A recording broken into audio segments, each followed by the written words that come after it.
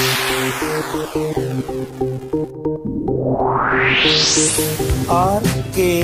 स्वागत है दोस्तों आपका एक बार फिर से हमारे YouTube चैनल RKB कैंफी वीडियोस में। भौतिक विज्ञान का कक्षा 12 का पहला चैप्टर आपका कंप्लीशन की ओर अग्रसर है और आज हम आपके लिए इसमें जो टॉपिक लेकर आए हैं वो आप देख रहे होंगे, बहुत इंपॉर्टेंट टॉपिक है और टॉपिक का जो नाम है वो है गॉस की प्रमेय। अभी तक जो आपको वैद्युत विभव और वैद्युत क्षेत्र की तीव्रता दो टॉपिक मुख्य इंपोर्टेंट तौर पर कराए गए हैं, उन्हीं से संबंधित अब ये गॉस की प्रमेय भी है। गॉस की प्रमेय क्या होती है, इसको किस प्रकार से डेराइव किया जाता है, अब हम इस टॉपिक को लेकर चलेंगे। तो यहाँ पर हम सीधे इस टॉपिक को तैयार न करते हुए पहले कुछ छोटी छोटी सी बातें लेकर चलते हैं जो कि इस गॉस की प्रमेय को समझने में हमें लाभदायक होगी। तो जो आप लोगों ने कक्षा 11 में पढ़ा होगा सदिश और अदिश राशि, सदिश और अदिश राशि के बारे में आप लोगों ने पढ़ा होगा। तो अगर आप लोगों को याद है तो कमेंट में, वीडियो को पॉज करके कमेंट में इनकी परिभाषाएं लिख दीजिए और अगर नहीं पता तो अब आगे की वीडियो देख सकते हैं। तो सदिश राशि जिसको कि वेक्टर क्वांटिटी कहा जाता है और अदिश राशि जिसको स्केलर क्वांटिटी कहा जाता है। अदिश बिना दिशा के, सदिश दिशा के साथ। तो वे भौतिक राशियां जिन्हें व्यक्त करने के लिए परिमाण के साथ साथ, मैग्नीट्यूड के साथ साथ दिशा की भी आवश्यकता होती है, उसे सदिश राशि कहा जाता है। और जिसमें दिशा की आवश्यकता नहीं होती, केवल परिमाण की आवश्यकता होती है, उसे अदिश राशि कहा जाता है। जैसे कि अक्षेत्रफल एक अदिश राशि है, चाल एक अदिश राशि है, लेकिन चाल को अगर दिशा दे दी जाए तो वो वेग बन जाता है और उसे सदिश राशि कह दिया जाता है। इसी प्रकार से कार्य एक अदिश राशि है, बल गुना दूरी, लेकिन टॉर्क बल गुना दूरी या बल गुना विस्थापन को हम सदिश राशि कहते हैं। तो दोनों प्रकार की राशियां आपकी उपस्थित होती हैं। यदि हम दिशा के साथ उसको व्यक्त करते हैं तो वो सदिश राशि कहलाती है और अगर बिना दिशा के व्यक्त करते हैं तो वो कहलाती है आपकी अदिश राशि। जैसे अक्षेत्रफल होता है एरिया, इसमें दिशा की आवश्यकता नहीं होती तो ये एक अदिश राशि है, लेकिन यदि हम क्षेत्रफल को भी दिशा प्रदर्शित कर दे, दिशा प्रदान कर दें तो वह एक सदिश राशि हो जाती है। अब ये सदिश राशि के रूप में हम इसको बोलते हैं अक्षेत्रफल सदिश। आपका जो पहला टॉपिक है इस चैप्टर का गॉस की प्रमेय का वो यही है, अक्षेत्रफल सदिश। किसे कहते हैं अक्षेत्रफल सदिश? वेक्टर एरिया, वेक्टर एरिया अक्षेत्रफल सदिश किसे कहते हैं? सामान्य तौर पर ये कोई अक्षेत्रफल होता है, इसमें दिशा नहीं होती। हमने ये वृत्त बना दिया, आयत ले सकते हैं, वर्ग ले सकते हैं, तो ये बहुत सारी आकृतियां होती हैं जिनमें केवल दो तल होते हैं, उनमें लंबाई हो और उनमें चौड़ाई हो, तो उसके आधार पर हम अक्षेत्रफल निकाल सकते हैं। अगर तीन दिशा दे दी जाए तो वो आयतन हो जाता है, लंबाई गुना चौड़ाई गुना ऊंचाई के रूप में, वो 3D आकृति। लेकिन यहाँ हम 2D आकृति के लिए लेकर चल रहे हैं। ये कोई अक्षेत्रफल है जिसमें लंबाई भी है, चौड़ाई भी है, मोटाई नहीं है। तो दो दिशाओं के सापेक्ष अक्षेत्रफल निकाल दिया। अब अगर इस अक्षेत्रफल को दिशा और प्रदान कर दी जाए तो यह सदिश अक्षेत्रफल सदिश कहलाता है। अब इसकी परिभाषा आप किस प्रकार से लिखेंगे? यदि किसी अक्षेत्रफल जो कि अदिश राशि होता है, ये मैं अलग से बता रहा हूं, यदि किसी अक्षेत्रफल को उसकी दिशा के साथ व्यक्त कर दिया जाए तो इस प्रकार से प्राप्त क्षेत्रफल अक्षेत्रफल सदिश कहलाता है, वेक्टर एरिया कहलाता है। जैसे हम इस चौक के डिब्बे को लेकर चले, ये एक अक्षेत्रफल है। अब इसके लंबवत बाहर की ओर अगर हम इसकी दिशा को व्यक्त कर दें, हम इसको ऐसे ले लें तो इस पर सीधे लंबवत इसकी दिशा को व्यक्त किया जा सकता है। तो यदि किसी अक्षेत्रफल को उसकी दिशा के साथ व्यक्त किया जाए जो कि उस अक्षेत्रफल के लंबवत बाहर की ओर प्रदर्शित होती है, व्यक्त की जाती है, ऐसी राशि को अक्षेत्रफल सदिश कहते हैं। वैसे तो हम अक्षेत्रफल को प्रदर्शित करते हैं ए से, लेकिन अक्षेत्रफल सदिश को प्रदर्शित किया जाता है वेक्टर ए से। अब वेक्टर ए के लिए अगर हम सूत्र लगाकर देखें तो ये हो जाएगा n कैप इंटू ए के बराबर। ए जो कि उसका वास्तविक परिमाणात्मक मान होता है क्षेत्रफल का, और n डैश आपकी एक एकांक सदिश होता है। ये गणित के विद्यार्थियों ने थोड़ा और अच्छी प्रकार से पढ़ा होगा। वैसे कक्षा 11 में फिजिक्स में भी आता है कि एकांक सदिश जो होता है, अगर किसी भी सदिश का हम एकांक सदिश निकालते हैं तो वेक्टर ए अपॉन उस ए का परिमाण उससे भाग देने पर, और वैसे कहा जाता है कि इस वेक्टर का जिसका परिमाण 1 होता है उसे एकांक सदिश कहा जाता है। तो यहां पर ये आपका वेक्टर सदिश का सूत्र बन गया, vector A equal to N cap into A के बराबर।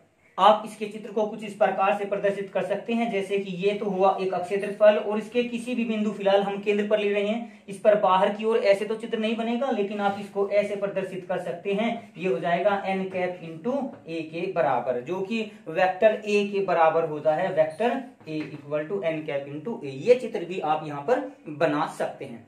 अब इसके पश्चात आता है आपका अगला टॉपिक, जिसको कहते हैं घन कोण।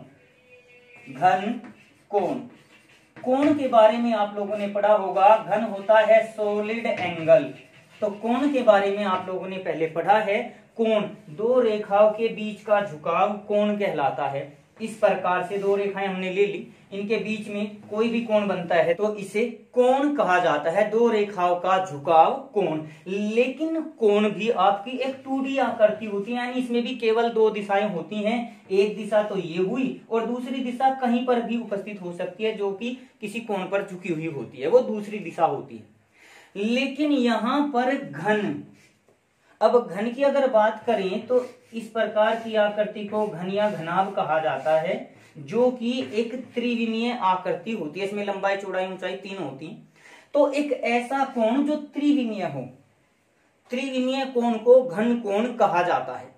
अब यहां पर एक बिंदु पर अगर हम देखते हैं तो ये कोण बनाया गया, ये कोण दो रेखाओं के बीच का। लेकिन अगर किसी क्षेत्रफल के द्वारा, जैसे यहां पर ये क्षेत्रफल ले दिया जाए, इस क्षेत्रफल के द्वारा किसी बिंदु पर बनाया गया कोण घन कोण कहलाता है।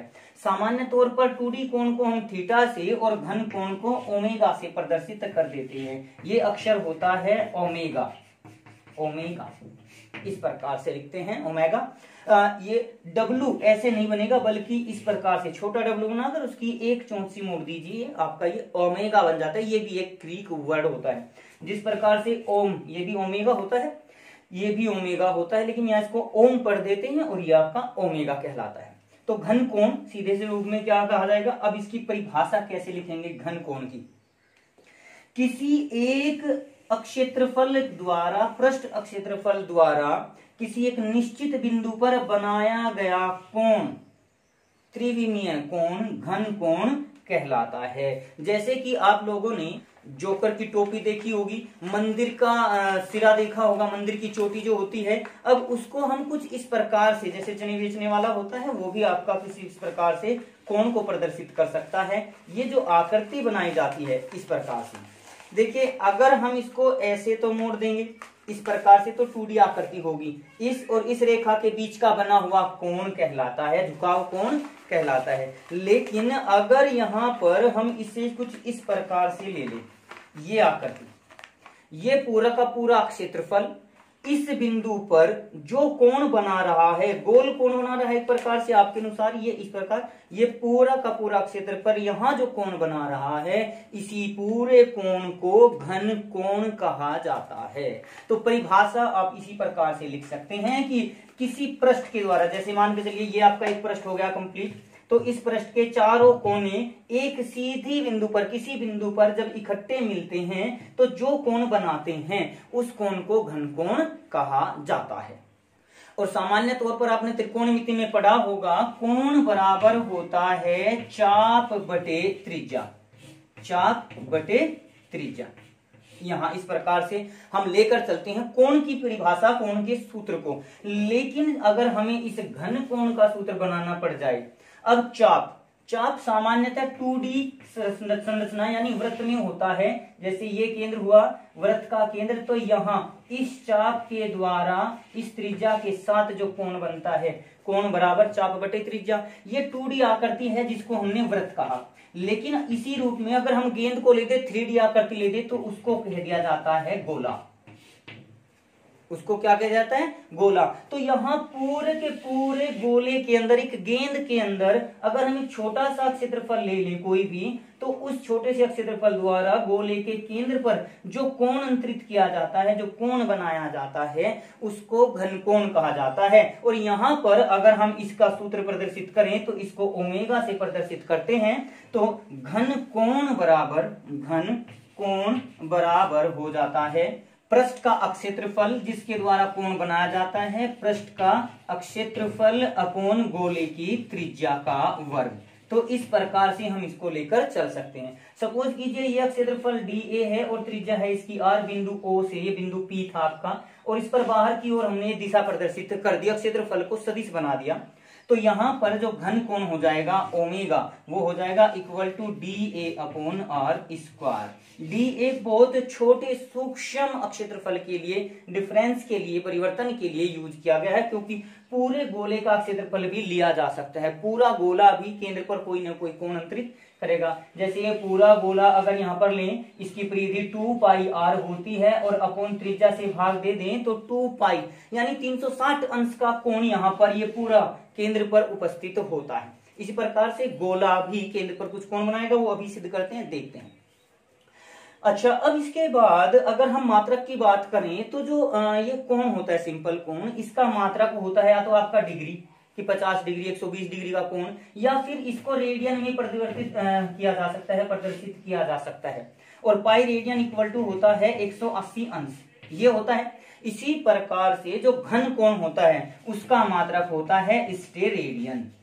स्टेरेडियन से इसके मात्रक को प्रदर्शित किया जाता है।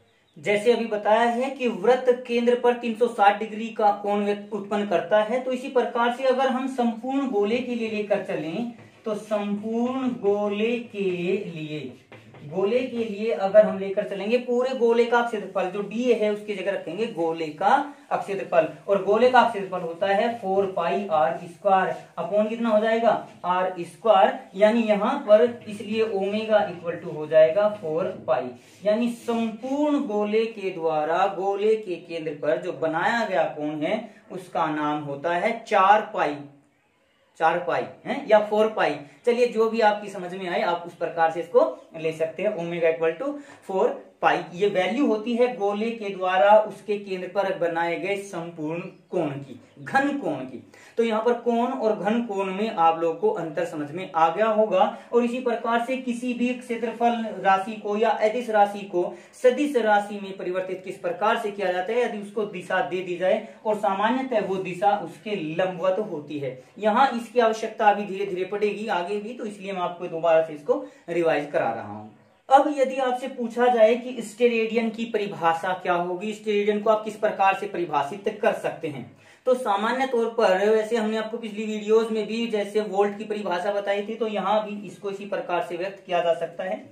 स्टेरेडियन मात्रक है ओमेगा का। ओमेगा एक कब होगा, एक स्टेरेडियन कब होगा, यदि D A equal to R square, D equal to R square, दोनों के दोनों मान बराबर हो जाएं तो कैंसिल होकर कितना आ जाएगा, एक, और वो मात्रा कहलाएगा एक स्टेरेडियन। तो इसकी एक स्टेरेडियन की परिभाषा को आप किस प्रकार से लिख सकते हैं, वो ये हो सकता है, यदि किसी गोले का क्षेत्रफल किसी पृष्ठ का क्षेत्रफल उसकी त्रिज्या के वर्ग के बराबर होता है तो उस क्षेत्रफल द्वारा केंद्र पर बनाया गया कुल घन कोण एक स्टेरेडियन कहलाता है।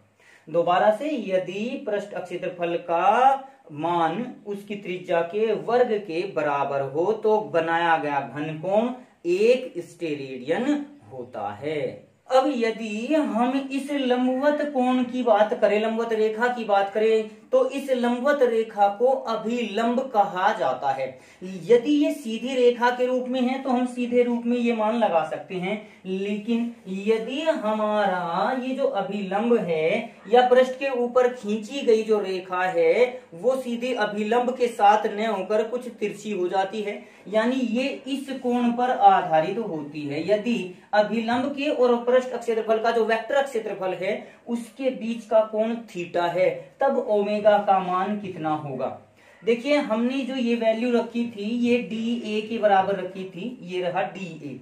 अब ये कोण है इसका थीटा और एक्चुअल में ये अभिलंब था, जब दोनों एक ही दिशा में थे तब तो हमने ये रख दिया, लेकिन अब अभिलंब ऐसे न होकर अभिलंब के साथ ये थीटा कोण बना रहा है जो हमारा वेक्टर डी ए था।